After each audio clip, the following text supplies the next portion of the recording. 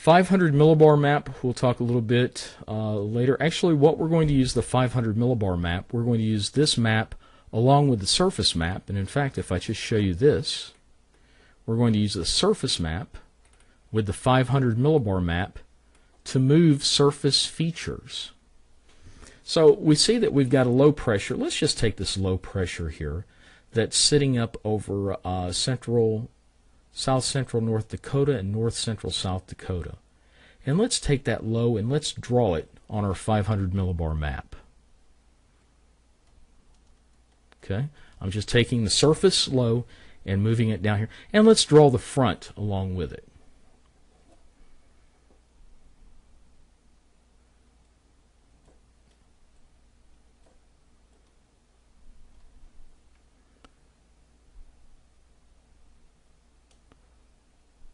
There's another low pressure here. And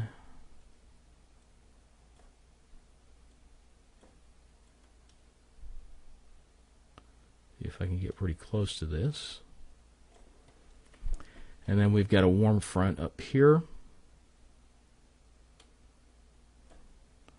So let me just draw in the warm front.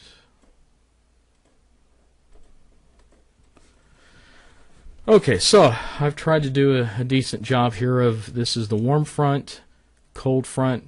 I should have drawn it in blue, but I'm not exactly sure how to change the color on this right now. But if I want to know the direction this surface low pressure is moving, okay, I want to find out if it's low pressure, because one of the things you have to forecast for are fronts.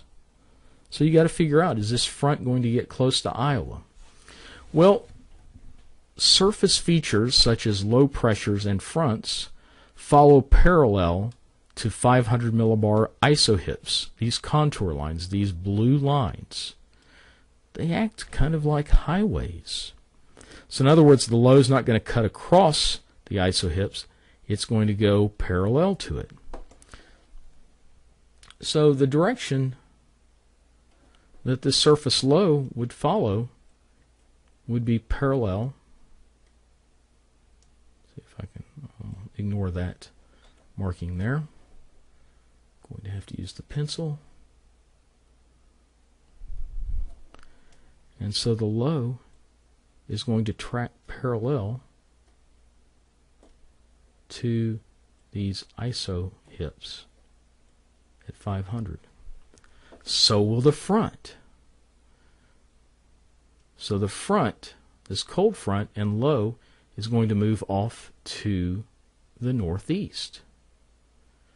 Doesn't look like it's going to get any closer to Iowa because the front and the low pressure centers are parallel to the isohyps pattern.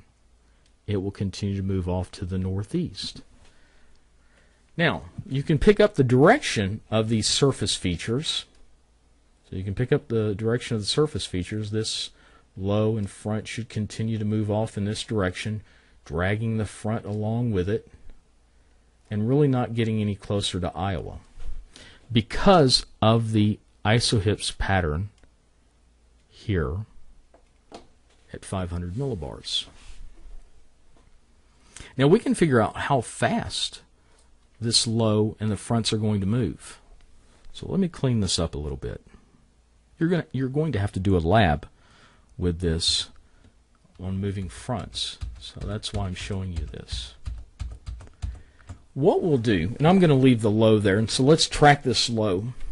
What you want to do is that typically surface features such as low pressure centers, recall winds are counterclockwise around low pressure centers,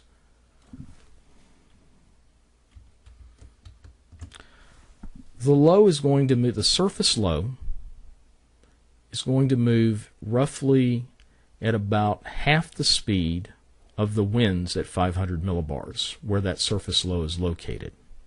So the winds over South Dakota and North Dakota looks like they're at about 20 knots.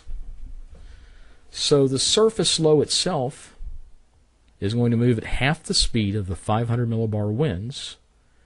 And so that surface low is going to move roughly 10 knots, or 10 nautical miles per hour is how we'll say it. So this surface low will move 10 miles per hour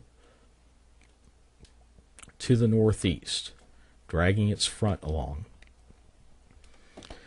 So if I'm looking at this, and this surface map is 4:23 Central Daylight Time, so we're at 4:30. If I want to see how far it's going to move in 24 hours, 4:30 tomorrow, May 19th, I would take the speed of the low, 10 miles per hour,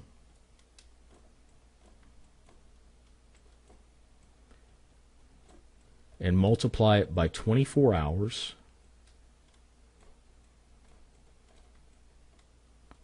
That's hours right there. And so it would move 240 miles to the northeast. In other words, that low's not moving very quickly. If you look at Iowa, you can use Iowa as a good way to, roughly from west to east across Iowa is 300 miles. So if I were to take this and move it up here, oh, I don't want to resize it. 300 miles is roughly right about, or 240 miles is about right here. So the surface low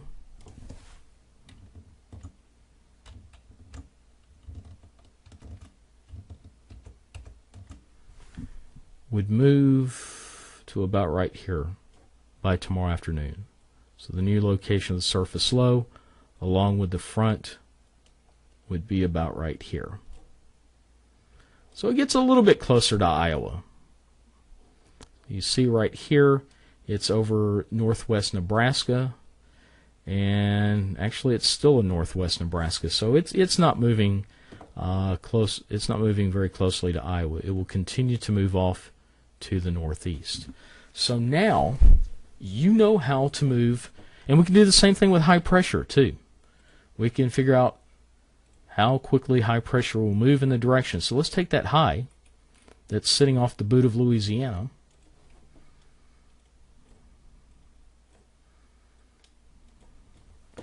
The wind speed around that, the nearest wind speed we have is up in Mississippi. That may be Jackson, Mississippi. Looks like a 5-knot wind, 10-knot wind here. So roughly, if you average the two wind speeds, you're looking at about 8 miles per hour. So 8 miles per hour in 24 hours would be, let's see, well, it would be less than 240. So let's just say about 200 miles. And you notice the wind direction's out of the northeast, so it would drift slowly parallel to the southeast, parallel to this isohyps here, off to the southeast. Not moving very far at all. So why do you care the location of highs and lows? Because it shows you where the wind direction. So if the highs just moved off to in the Gulf just a little bit tomorrow, we're still going to get winds, surface winds out of the southeast. And around the low, we get counterclockwise winds. So for tomorrow, our winds should continue to stay out of the south-southwest. And if these isobars, if they're moving in the same direction as the front, our wind speed will be about the same, right around 15 knots. So I'll give you a lab where you can practice moving fronts.